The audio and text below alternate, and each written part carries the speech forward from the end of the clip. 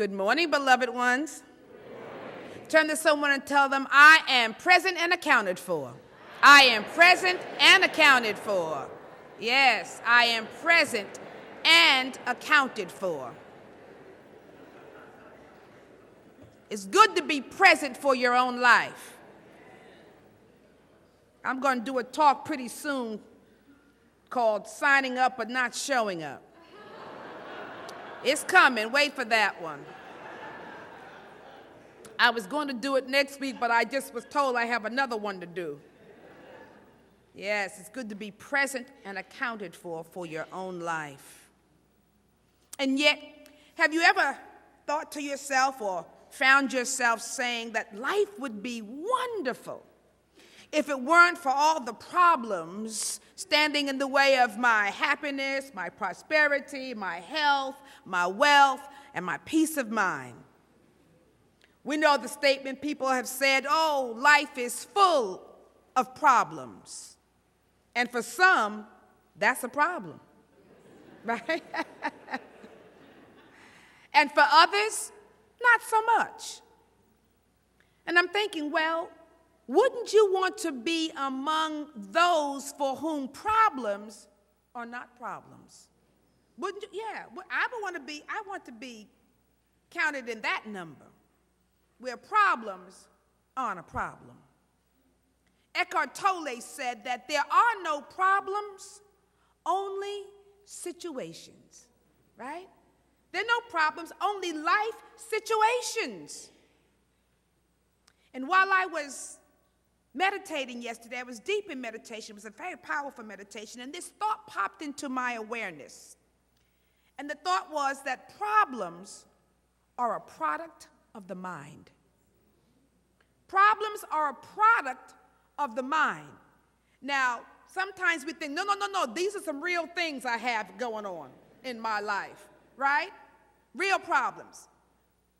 But problems are a product of the mind, meaning that whether something is a problem for you or is it just a situation to be dealt with or to be let go of, all depends upon how you see it, name it, perceive it, or choose it to be.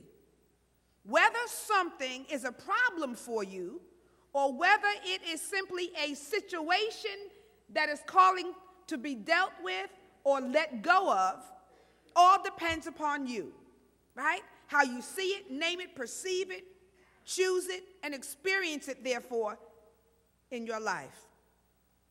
For the most part, we have been conditioned to see a problem as something to be fixed, right, or solved, or overcome, or avoided at any cost. And that it's somehow bad, if you have a problem, it's a bad thing or it's negative, something to rid ourselves of. And most of us want to be free and rid of our problems, don't you? Is there anybody here who doesn't want to be rid of their problems? Right. We all want to be rid of them, be done with them, right? So I'm thinking, but the only way to rid yourself of problems is not to see them as such. Because they're simply situations. See them as situations to be either dealt with, faced, addressed, or let go of. Now, while this is easy, this sounds pretty easy, right? While it sounds easy enough, however, because of the nature of our egoic mind, the ego, right? The ego will now want to name that situation as either good or bad. So even if you say that, okay, there are no problems, but this is a situation, but this situation is bad. This situation is good, right? Because the ego is going to do that. And if it now names the situation as bad, then that's a problem, right? Because the ego loves for us to have problems so that it can remain alive and so that it can feel alive, it can remain in charge. The ego, or the egoic mind, as Eckhart Tolle likes to call it, the egoic mind, The ego is like a dog with a bone, likes to chew on things and to gnaw on things. The mind has to keep going. It likes to just have something to gnaw on, right? To think about, analyze, to feel, oh yeah, this is good. All of that. And even if the ego should name the situation as good, it will still turn that into a problem. Because now you got to be preoccupied is trying to figure out how to do it, how to keep that good thing going. Because you don't want to lose that good thing, right? And so now you got the problem of how can you keep what you have? I want to keep this joy. Don't want it to change. The ego will resist any change in the situation, good or bad. It's going now, if it's bad, it's a problem. If it's good, it's a problem. So here's the thing. If we could stop identifying with problems or situations and making them ours, we could probably move through them much quicker, you see, and with less emotional turmoil. And it's the same thing with our thoughts. If we could stop identifying with every thought that comes into our minds, we probably wouldn't get caught up in or experience so much inner conflict. And by identifying, I mean making it a part of you, making it a part of your being, a part of your consciousness. See, this is my problem, or this is my situation, versus this is the problem. This is the situation. It is a problem or a situation. But instead we say, well, this is my problem. This is my, and we love to talk about our problems, our situations. But it is the personalizing of it that allows you to get caught up in it emotionally. You make it yours, right? And then you make it harder to be objective. Or you make it harder to separate it from your sense of being. What happens is you become your problems, and your problems become you. Haven't you known people when the moment you say, hey, how you doing? Well, the only thing that they can talk about and identify what's happening in their lives is their problems. And so, because that's all they can see. That's all they experience. That's life. That is their lives for them. But everybody has situations. And so, we got to guard whether you become your problems become you. And if you see yourself, if you have conditioned yourself to see yourself as having an abundance of problems rather than situations, life situations, which everybody has, everybody experiences, but if you begin to see yourself as having an abundance of problems, and you then will begin to see no way out. And hopelessness and despair are not far behind. There's a poster that I love, and I emailed it to Tracy. I don't think she had enough time to get it on, because sometimes stuff comes to me in the middle of the night, Saturday night or whatever, early in the morning. But there's a poster, and it's a picture of a head, and in the middle of a head it says, warning, warning. Thank you, Tracy. It says, or whoever's working the camera down there, but it says, warning, don't believe everything you think. Don't you love that? Warning. Don't believe everything you think. That's a problem for us, because sometimes thoughts are just thoughts. And you don't have to make them yours, right? Some of these thoughts that pass through the mind contain truth, and some of them are just plain lies, untruths that are there. And yet so often we blindly believe them. We believe them simply because they're in our mind. We believe them because they're in our head. We believe them because we've heard that. Well, here's a freeing technique. Stop identifying your mind as your mind. Stop identifying your mind as your mind. It is just the mind. See, it is just the mind doing what the mind does. Chewing on problems, thinking, analyzing, imagining, repeating thoughts over and over, triggering upset, hurt, anger, limiting emotions, or also joy, positive things, but it's usually the negative ones that we feel. But that's what the mind does. And so I've been practicing not saying my mind. Not saying my mind. And when I'm in the midst of an experience or any experience where I find myself being upset or in the throes of something limited or negative, after I have that, because I'm trying to catch it while I'm in the middle of it, and it's getting better. It's getting better, it really is. But if not, after I stand back and I say, ooh, look what the mind is doing. I don't try to figure it out or analyze it or rationalize it or make it about me, even if I'm the one saying it and doing it and feeling it. I step aside and say, ooh, look what, not my mind, not what I'm doing, look what the mind is doing, because this is what the mind does. Analyzes, compares, complains, right? Criticizes, chooses, judges. All of that is the activity of the mind. And so I say, oh, look at what the mind is doing. Simply what it is doing. It is a thought or a feeling that is simply present, and I'm experiencing it, but it's present, and I begin to see it.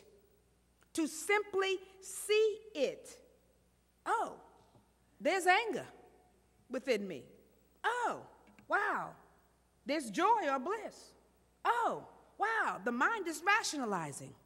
Oh, the mind is triggering upset or whatever it is. Or there's judgment going on. Or I can even say, oh, I'm judging. Oh, I simply see it. And strangely enough, friends, I don't know how this works, but I've been practicing it, and I'm here to tell you there's a shift going on. Okay? There's a shift because somehow, seeing it is really helping me to not be so emotionally charged in it. I see it, and I'm even catching myself while I'm in the middle of it, and even if I can't stop it, I'm saying, oh, wow. Because seeing really is freeing. And you know why? Because the more you can see it, the more present you are. And the more present you are, the more aware you are, then the more presence comes in. You hear that? The more present you are, seeing it makes you present. And the more present you are to what is taking place in the mind, the more, and when you see it, the more presence is able to come in. And by presence, I simply mean God. God consciousness, God awareness, God illumination, God divine seeing, divine understanding. All of a sudden there's light. And you see yourself, you see the truth, you see it. And the difference between being filled with presence or being filled with problems is very subtle, but yet it's powerful and very transformative. You see, because when you are filled with problems, you are disconnected from the source. I'm going to tell you that right now. When you're filled with problems, you're disconnected from the source, from the divine presence of God. But when you are connected in consciousness, there are no problems, only situations through which you move through with the direction and guidance of spirit. And then divine action arises and you take it. You're not there thinking, what should I do? And when you're you're present to what is, divine action arises. And you take it, you act, you move. When you're overrun with problems, it's easy to fall into despair. And I thought, well, what does the word despair mean in my definition? I said, okay, it's despair. Dis means without, and to, this pair. All right? So it's like meaning without two, without, you and God. So when you are in despair without the two, God and you, rest assured that you will find yourself in despair. When you are without God in your life, you will find yourself in despair eventually. And so we've got to, move out. The scripture says, the Bible says, thou wilt keep him in perfect peace, whose what? mind is stayed on thee. A powerful scripture. I'm really getting to understand that. What it is when you keep the mind, not even your mind, just keep the mind stayed on God. And in order to keep the mind stayed on God, it means we have to depend upon God. When you have only God to depend upon, you're looking for God, right? When you know that it's only God that's going to be able to move you, assist you, help you, you're looking for God. You're not looking for your neighbor. You're not looking for your mother. You're not looking for your brother, your boss, the friend, or whoever. When you depend on God and God alone, the mind is stayed on God, on the truth. And the definition that Webster gives for depend, there are many of them, but I picked this one out. I was going to pick out the metaphysical ones. And there was a definition for the word depend that I found. And it said, depend means to exist by virtue of a necessary relation.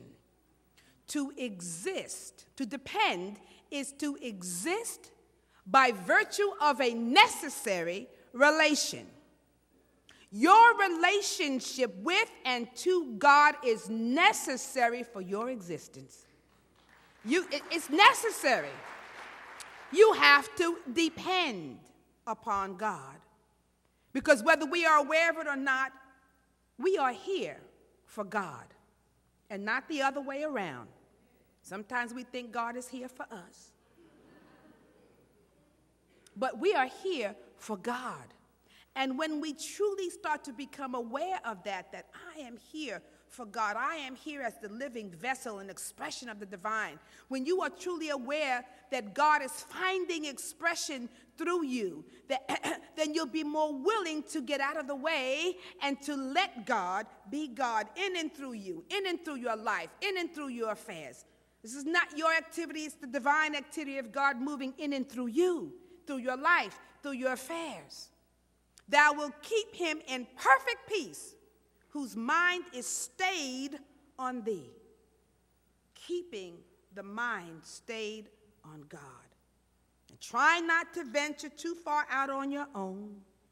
Don't let the mind get too far ahead of itself by worrying about the future, because that's what the mind does, right? It worries about the future and it regrets the past. It's the activity of the mind. But try to see if you cannot let it get too far out into the future about what may happen or what may not happen, because that's God's arena. Or what did happen, and it's God's arena. Just fill yourself with presence and then practice watching the mind.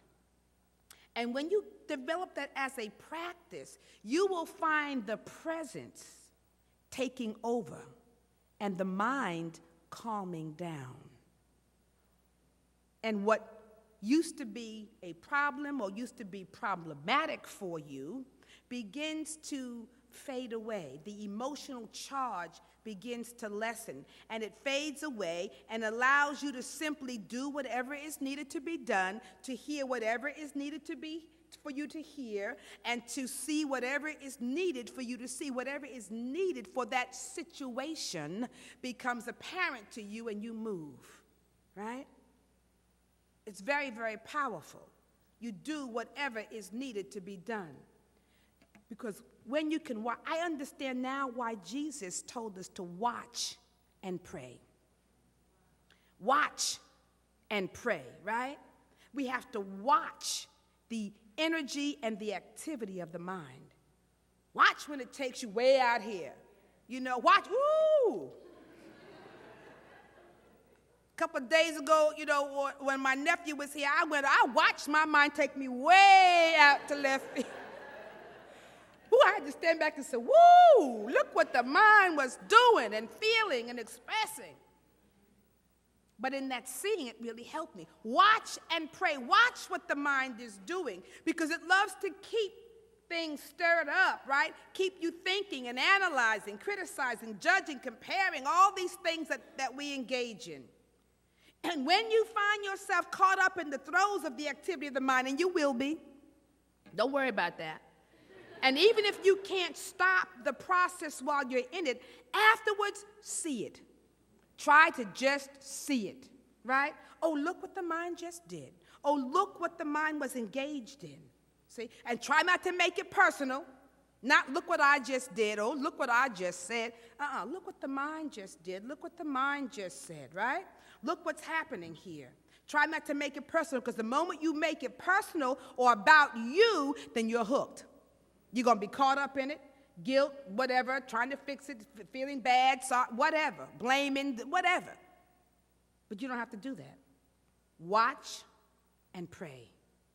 Remember that when you can just see what is happening, see what the mind is doing, and that it's not, without making it about you, not, oh, why did this happen to me? Instead, oh, look what happened, right? Instead of, oh, look what they're doing to me, oh, look what they're doing. It's not about you. Leaving out the to me is going to put you, when you do that and you take that out of the equation, the to me out of the equation, it leaves room for the presence to be present. And your inner space becomes cleaner and clearer. And then when you have that clean, clear inner space, you're not blaming and criticizing and making yourself bad or them bad or who. You're just seeing, you're not judging, you're just seeing and being with it. Oh, this pain. When you can do that, then when you pray or speak the truth, your prayers will have more power and more energy, right? So now, when you're just watching and seeing it and praying and speaking and being from a clean, clear space, now your vibration is free from the noise and the static of your personal emotional charges around whatever it is. See, the moment we get, you are blocking whatever's trying to come through to help you, right? It's static, it's noise, it's emotional charge. You can't get the guidance you're seeking. But when you see it, it cleans up the space.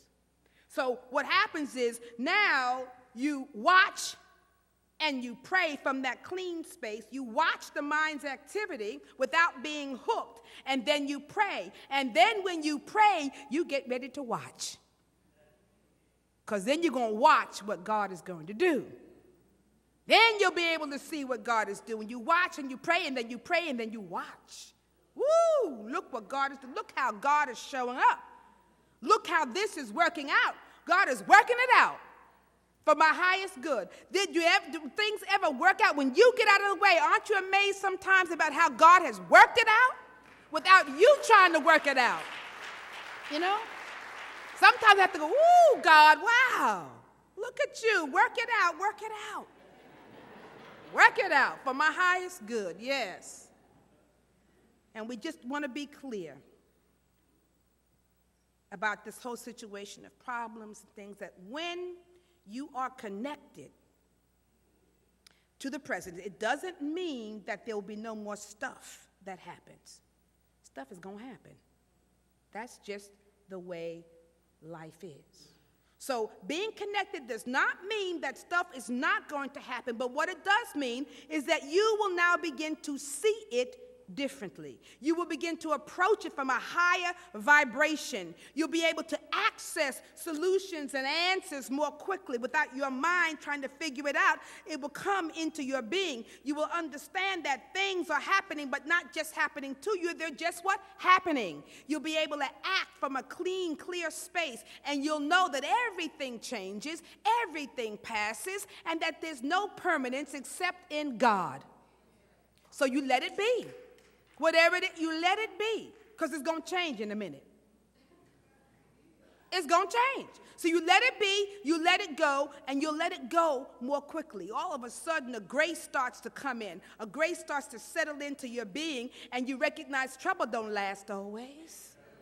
Trouble don't last always, so you don't get all caught up in, you know what, you let it be. Then there's a peace that begins to happen. It's a peace that passes all understanding. I really didn't understand some of these scriptures, but all of a sudden this week there's a peace that will pass all the understanding. Understanding, you see, is an activity of the mind. The mind wants to understand, and because we can't understand, why is this happening to me? Who cares? Let it be. Keep your mind stayed on God. Watch and pray, right? Watch and pray, and let it all be. Let it all flow. all of a sudden, you're going to be in a different space. If there's nothing else that you learn or know, I want you to know this. To see is to be free. And you don't have to do anything. You don't have to fix it. See it. Because the moment you see it, the moment you watch it, presence comes in. Because you're present.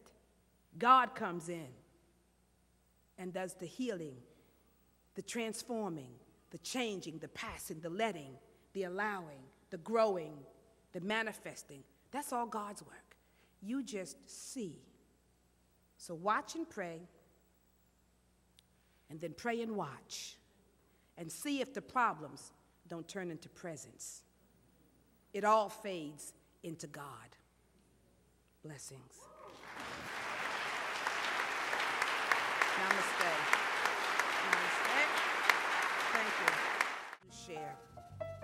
Our affirmation for this week is on the back of your bulletin. I'll read it first and then we can affirm it. It says, I am a radiating center of infinite presence of the infinite presence of God. My life and affairs reflect the vibration of the divine, and everything is working out for my highest good. Everything fades into God, into good, and so it is. Praise God.